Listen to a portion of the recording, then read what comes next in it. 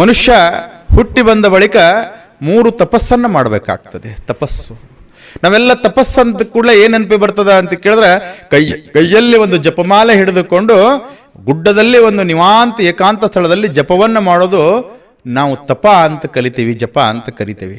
ಆದರೆ ಶಾಸ್ತ್ರದಲ್ಲಿ ಹೇಳೋ ಪ್ರಕಾರ ನಾವು ಕಾಯಕ ತಪಸ್ಸು, ವಾಚಕ ತಪಸ್ಸು, ಮಾನಸಿಕ ತಪಸ್ಸು ಮಾಡಬೇಕಾಗ್ತದೆ. ಏನು ಕಾಯಕ ತಪಸ್ಸು? ಎಲ್ಲಿವರೆಗೆ ಈ ಶರೀರದಲ್ಲ ಅಲ್ಲಿವರೆಗೆ ಮತ್ತೊಬ್ಬರಿಗೆ ಉಪಕಾರಿಯಾಗಿರಬೇಕು. ಮತ್ತೊಬ್ಬರಿಗಾಗಿ ಈ ಶರೀರ ಉಪಕಾರಿಯಾಗಿರಬೇಕು. ಆವಾಗ ಮಾತ್ರ ಇದು ಕಾಯಕ ತಪಸ್ಸು ಆಗ್ತದೆ. ಅನೇಕ ಪ್ರಾಣಿ ಪಕ್ಷಿಗಳು ಮತ್ತೊಬ್ಬರಿಗೆ ಉಪಕಾರಿಯಾಗಿ ಬದುಕ್ತಾವೆ. ಒಂದು ಸತ್ತ ಮಲ 50 ರೂಪಾಯಿಗೆ ಬಾಳ್ತದೆ. ಆದ್ರೆ ಮನುಷ್ಯ ಬಹಳ ಶ್ರೀಮಂತದನ, ಕೊಳ್ಳಾಗ 1 ಕಿಲೋ ಬಂಗಾರದ, ದೊಡ್ಡ ಆಫೀಸರನ, ದೊಡ್ಡ ಬಂಗಲೆ ಅದ, ಸತ್ತಾನ ನೋಡಿ ತಗೋರಿ ಅಂದ್ರೆ ಒಯ್ದು ಬೆಂಕಿ ಹಚ್ಚಿರಿ ಅಂತಾನ. ಉಪಯೋಗ ಇಲ್ಲ. ಮನುಷ್ಯ ಎಷ್ಟು ವರ್ಷ ಬದುಕ್ಯಾರ ಅನ್ನೋದು ಮುಖ್ಯ ಅಲ್ಲ, ಆತ ಎಷ್ಟು ಮಂದಿಗೆ ಉಪಕಾರಿಯಾಗ್ಯಾನ ಅಂತಕ್ಕಂಥದ್ದು ಬಹಳ ಮುಖ್ಯ ಆಗ್ತದೆ. ಕಬೀರದಾಸರು ಒಂದು ಕಡೆ ಬರೀತಾರೆ, ಹಮ್ ಜಬ್ ಪೈದಾ ಹುಯೆ ಹಮ್ ರೋಯೆ ಜಗ ಹಸೆ, ಐಸೆ ಕರ್ಣಿ ಕರ್ತೆ ಚಲೋ ಜಬ್ ಹಮ್ ಜಗ್ ಛೋಡೆ ಹಮ್ ಹಸೆ ಜಗ ರೋಯೆ. ಕಬೀರ್ ಹೇಳ್ತಾರೆ, ನೀ ಹುಟ್ಟುವಾಗ ನೀ ಅಳ್ತಾ ಇರಬೇಕು, ಜಗತ್ತು ನಗುತ್ತಾ ಇರಬೇಕು. ಹೇ ಮನುಷ್ಯನೇ, ಇಂಥ ಕಾರ್ಯವನ್ನು ನೀನು ಮಾಡೋಲ್ಲ, ಈ ಜಗತ್ತು ಬಿಟ್ಟು ನೀ ಹೋಗುವಾಗ ನೀ ನಗುತ್ತಾ ಇರಬೇಕು, ಜಗತ್ತ ಕಣ್ಣೀರು ಸುರಿಸ್ತಾ ಇರಬೇಕು. ಇಂಥ ಕಾರ್ಯವನ್ನು ಮಾಡು. ಜಗತ್ತು ಯಾವಾಗ ಕಣ್ಣೀರು ಸುರಿಸ್ತದ ಅಂತ ಕೇಳಿದ್ರೆ, ನಾನು ಜೀವನದ ಉದ್ದಕ್ಕೂ ಮತ್ತೊಬ್ಬರಿಗಾಗಿ ಬದುಕಿದಾಗ, ಮತ್ತೊಬ್ಬರ ಕಣ್ಣೀರು ವರ್ಷಿದಾಗ ಜಗತ್ತು ಎಂಥ ವ್ಯಕ್ತಿಯನ್ನು ಕಳ್ಕೊಂಡೆವು ಅಂತಕ್ಕಂಥ ದುಃಖವನ್ನು ಅನುಭವಿಸ್ತದೆ. ಈ ರೀತಿ ಬದುಕಬೇಕಾಗ್ತದೆ. ಸತ್ತ ಮೇಲೆ ಈ ಶರೀರ ಮಣ್ಣು ಪಾಲಾಗ್ತದೆ, ಅಸ್ಥಿ ಗಂಗೆ ಪಾಲಾಗ್ತದೆ, ಜೀವ ಯಮನ ಪಾಲಾಗ್ತದೆ, ಮೈಮ ಬಟ್ಟಿ ಅಗಸನ ಪಾಲಾಗ್ತದೆ. ನಾನು ನಂದು ನಂದು ನಂದು ಅಂತ ಬಡ್ಕೊಂಡನಲ್ಲ, ನನ್ನ ಆಸ್ತಿ ಸಂಪತ್ತು ಹೊಲ ಮನಿ ಬೆಳ್ಳಿ ಬಂಗಾರ ಅದು ಯಾರ ಪಾಲಾಗ್ತದೆ? ಬಂಧು ಬಾಂಧವರ ಪಾಲಾಗ್ತದೆ. ಎಲ್ಲರೂ ಎಲ್ಲ ಪಾಲ ತಗೊಂಡು ಹೋಗ್ಬಿಟ್ರು, ನನ್ನ ಪಾಲ ಏನು ಉಳಿತು ಅಂತ ಸ್ವಲ್ಪ ವಿಚಾರ ಮಾಡಿದ್ರೆ, ನನ್ನ ಪಾಲ ಏನು ಅಂತ ಕೇಳಿದ್ರೆ, ನಾನು ಮಾಡಿದಂಥ ಭಗವಂತನ ಭಕ್ತಿ, ನಾನು ಮಾಡಿದಂಥ ದಾನ ಧರ್ಮವೇ, ನಾನು ಮಾಡಿದಂಥ ಪರೋಪಕಾರವೇ ನನ್ನ ಪಾಲಿಗೆ ಬರ್ತದೆ ಹೊರತಾಗಿ ಮತ್ತಾವುದು ನನ್ನ ಪಾಲಿಗೆ ಬರೋದಲ್ಲ. ನಿಜಗುಂಡ್ರು ಕೂಡ ಒಂದು ಕಡೆ ಬರೀತಾರೆ, ಕೆಡುವ ಕಾಯದ ಸಫಲವಾವುದು. ಕೆಟ್ಟ ಹೋಗ್ತದಲ್ಲ ಈ ಶರೀರ, ಈ ಕೆಟ್ಟ ಹೋಗುವ ಮುನ್ನ ಈ ಶರೀರ ಸಾರ್ಥಕತೆ ಆಗಬೇಕು ಅಂದರೆ ಏನು ಮಾಡಬೇಕು ಅಂದ್ರೆ, ಮತ್ತೊಬ್ಬರಿಗಾಗಿ ಇದರ ಉಪಕಾರವನ್ನು ಮಾಡು ಅಂತ ಹೇಳಿ. ಪರೋಪಕಾರಾರ್ಥಂ ಇದಂ ಶರೀರಂ ಅಂತ ಹೇಳ್ತದೆ. ಒಂದು ವೇಳೆ ಈ ಶರೀರ ಮತ್ತೊಬ್ಬರಿಗೆ ಉಪಕಾರ ಆಗಲಿಲ್ಲ ಅಂತ ಕೇಳಿದ್ರೆ, ನಿನ್ನ ಬದುಕು ವ್ಯರ್ಥ ಆಗ್ತದೆ, ನಿನ್ನ ಜನ್ಮ ವ್ಯರ್ಥ ಆಗ್ತದೆ ಮನುಷ್ಯ ಅಂತ ಹೇಳಿ ಬಲ್ಲವರು ಹೇಳ್ಕೊತ ಬಂದಿದ್ದಾರೆ. ಒಂದು ಕಬ್ಬಣ ಮಣ್ಣೊಳಗೆ ಬಿದ್ದು ಜಂಗ್ ಹತ್ತಿ ನಾಶ ಆಗ್ತದೆ, ಒಂದು ಸೌದ ನಾಶ ಆಗ್ತದೆ. ಜಂಗ್ ಹತ್ತಿ ನಾಶ ಆಗದೆ ಇದರ ಅರ್ಥ ಯಾವುದಕ್ಕೂ ಉಪಯೋಗ ಬಂದಿಲ್ಲ. ಸಮದ ನಾಶ ಆಗ್ಯದ ಇದರ ಅರ್ಥ ಅದು ಬಹಳ ಮಂದಿಗೆ ಉಪಕಾರಿ ಆಗ್ಯದ, ಬಹಳ ಮಂದಿಗೆ ಸಹಾಯ ಆಗ್ಯದತ್ತ ಅರ್ಥ. ಒಂದು ಶ್ರೀಗಂಧದ ಕಟ್ಟಿಗೆ ಮಣ್ಣಾಗಿ ಬಿದ್ದು ಕೊಳತು ನಾಶ ಆಗ್ತದೆ, ತೈದು ಗಂಧ ಕೊಟ್ಟು ನಾಶ ಆಗ್ತದೆ. ಕೊಳತು ನಾಶ ಆಗ್ಯದ, ಯಾರಿಗೆ ಕೆಲಸಕ್ಕೆ ಬಂದಿಲ್ಲ. ತೈದು ಗಂಧ ಕೊಟ್ಟು ನಾಶ ಆಗ್ಯದ ಅಂದ್ರೆ ಸುಮಾರು ಜನರಿಗೆ ಅದು ಉಪಕಾರಿ ಆಗ್ಯದ ಅಂತ ಅರ್ಥ. ಹಿಂಗೆ ಮತ್ತೊಬ್ಬರಿಗೆ ಉಪಕಾರಿಯಾಗಿ ಬದುಕದೆ ಮನುಷ್ಯ ಜನ್ಮದ ಸಾರ್ಥಕತೆ ಆಗ್ತದೆ. ಇದಕ್ಕೆ ಕಾಯಕ ತಪಸ್ಸು ಅಂತ ಕರೀತಾರೆ. ಇನ್ನು ವಾಚಕ ತಪಸ್ಸು, ಪರಮಾತ್ಮ ಇನ್ನಾವ ಪ್ರಾಣಿಗಳಿಗೆ ಕೊಡದಂಥ ಅದ್ಭುತವಾದಂಥ ಸಾಮರ್ಥ್ಯ ಮಾತು.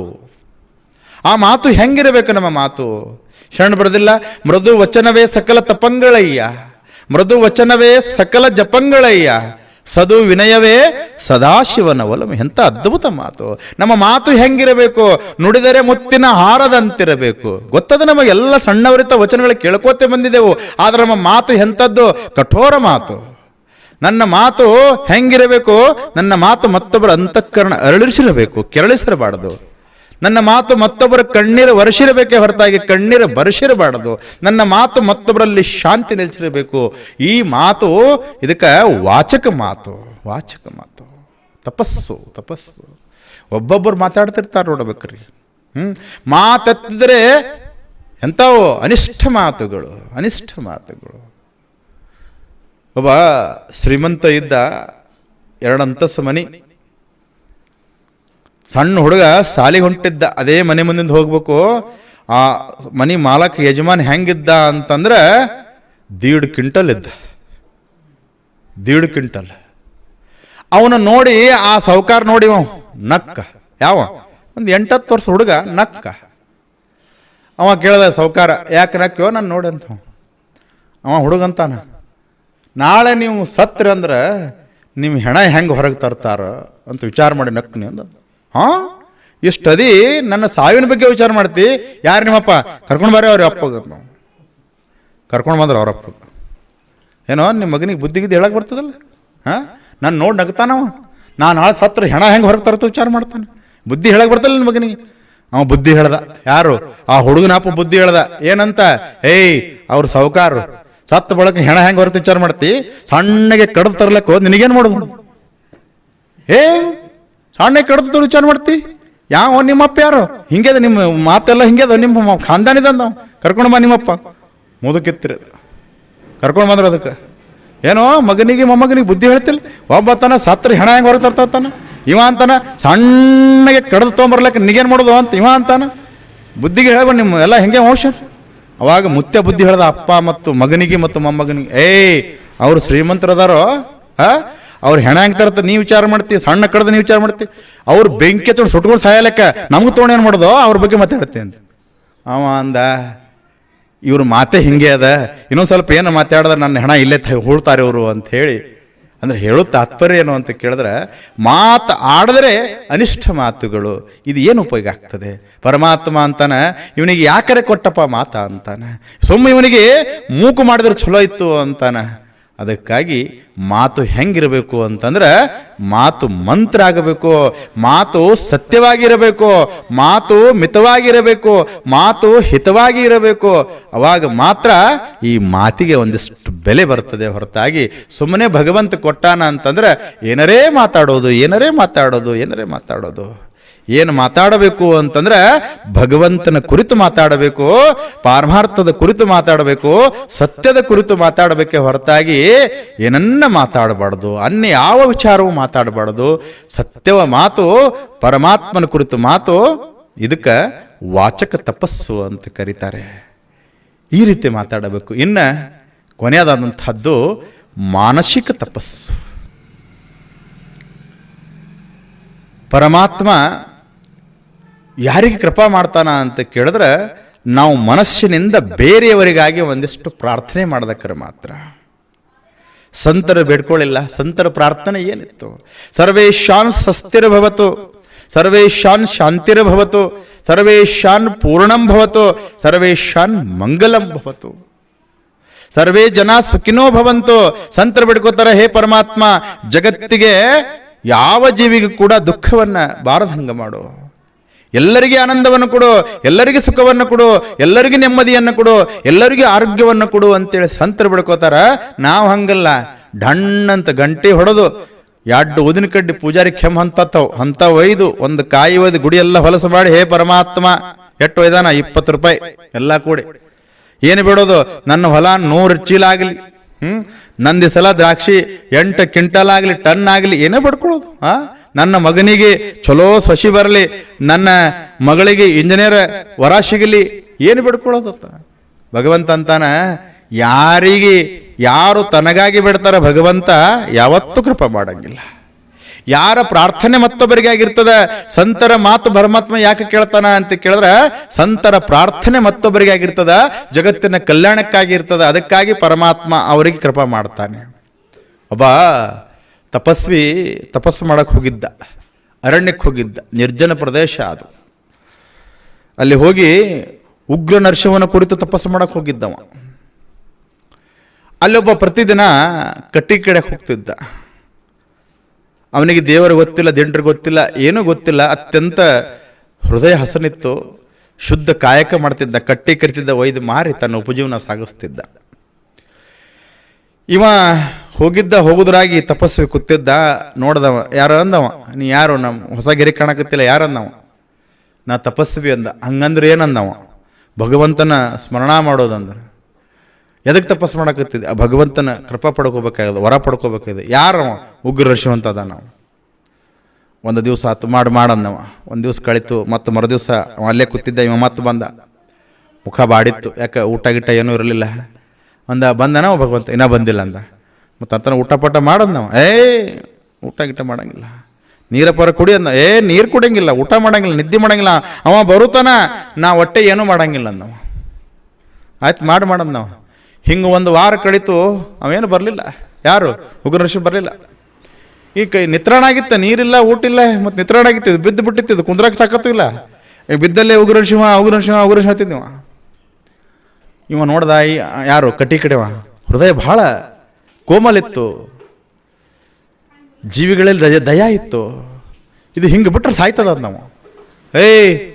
ಏನೋ ಊಟ ಗೀಟ ಇಲ್ಲ, ಸತ್ತು ಹೋತಿ, ಅವ ಎಲ್ಲರದ ನೀನು ಉಗ್ರ ಶಿವ ಅಂದ.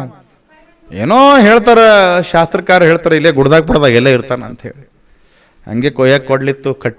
ಕಟಿ ಕಡೆಕ ಒಂದು ಹಗ್ಗ ಇತ್ತು, ತೊಗೊಂಡು ಹೋದ. ಹಂಗೆ ತೊಗೊಂಡು ಚಿಂದ ಅಲ್ಲಿ ಗುಡ್ದಾಗ ಹೋಗಿ ಉಗ್ರ ಶಿವ ಅಂತ ಚೀರ್ದು, ಜೋರು ಚೀರ್ದ, ಬರಲಿಲ್ಲ.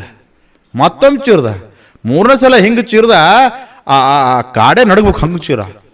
ಅಟ್ರಾಗ ಅವ ಬಂದೇ ಬಿಟ್ಟ. ಯಾರು? ಉಗ್ರ ಶಿವ ಬಂದೇ ಬಿಟ್ಟವ. ಯಾರು ಅಂದವ? ಯಾರ ಹತ್ರ ಚೀರ್ದಲ್ಲೋ ಮರ, ಅವನೇ ನಾನು ಅಂದವ. ಅವ ಅಂದ, ನಿನಗೆ ಖಬರ್ಗಿಬ್ರು ಆದಲ್ಲ ಅಂದವ. ಯಾರಿಗೆ? ಉಗ್ರ ಶಿವಗ. ಯಾಕ ಅಂದವ?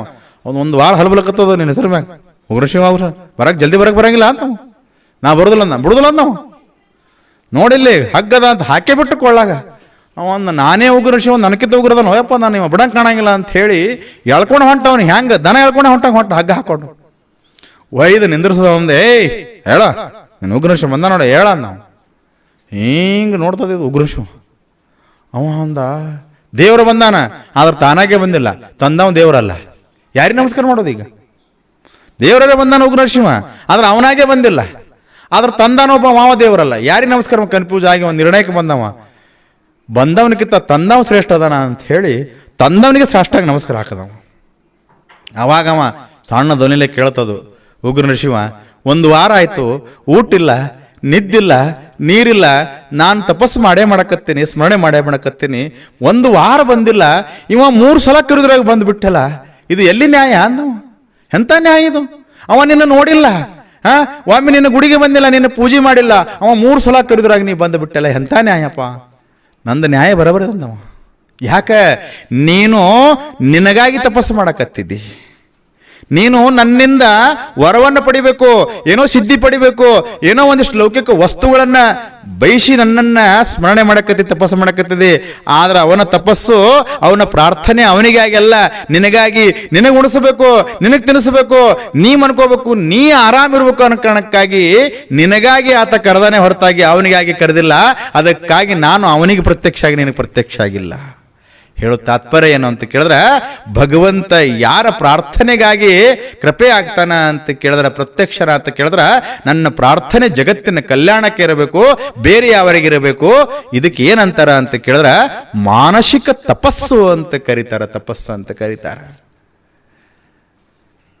ಈ ಮಾನಸಿಕ ತಪಸ್ಸು ಮಾಡಕ್ಕೆ ರೊಕ್ಕ ಬೇಕಿಲ್ಲ, ರೂಪಾಯಿ ಬೇಕಿಲ್ಲ. ಇದಕ್ಕೆ ಬೇಕಾಗಿದ್ದು ಏನು ಅಂತ ಕೇಳಿದ್ರೆ, ಸ್ವಚ್ಛವಾದಂಥ ಒಂದಿಷ್ಟು ಹೃದಯ ಬೇಕು. ಸ್ವಚ್ಛ ಹೃದಯ ಇತ್ತು ಅಂತಂದ್ರೆ ಈ ಮಾನಸಿಕ ತಪಸ್ಸು ಮಾಡಕ್ಕೆ ಬರ್ತದೆ. ಅದಕ್ಕಾಗಿ ನಾವುಗಳೆಲ್ಲ ಶ್ರೇಷ್ಠ ಜನ್ಮವನ್ನು ಪಡ್ಕೊಂಡಿದ್ದೀವಿ. ಈ ಜನ್ಮ ಸಾರ್ಥಕತೆ ಆಗಬೇಕು ಅಂದರೆ ಸಂತರ ಮಾತು, ಶರಣರ ಮಾತು, ಸತ್ಸಂಗ ನಮ್ಮ ಜೀವನಕ್ಕೆ ಬಹಳ ಮುಖ್ಯ.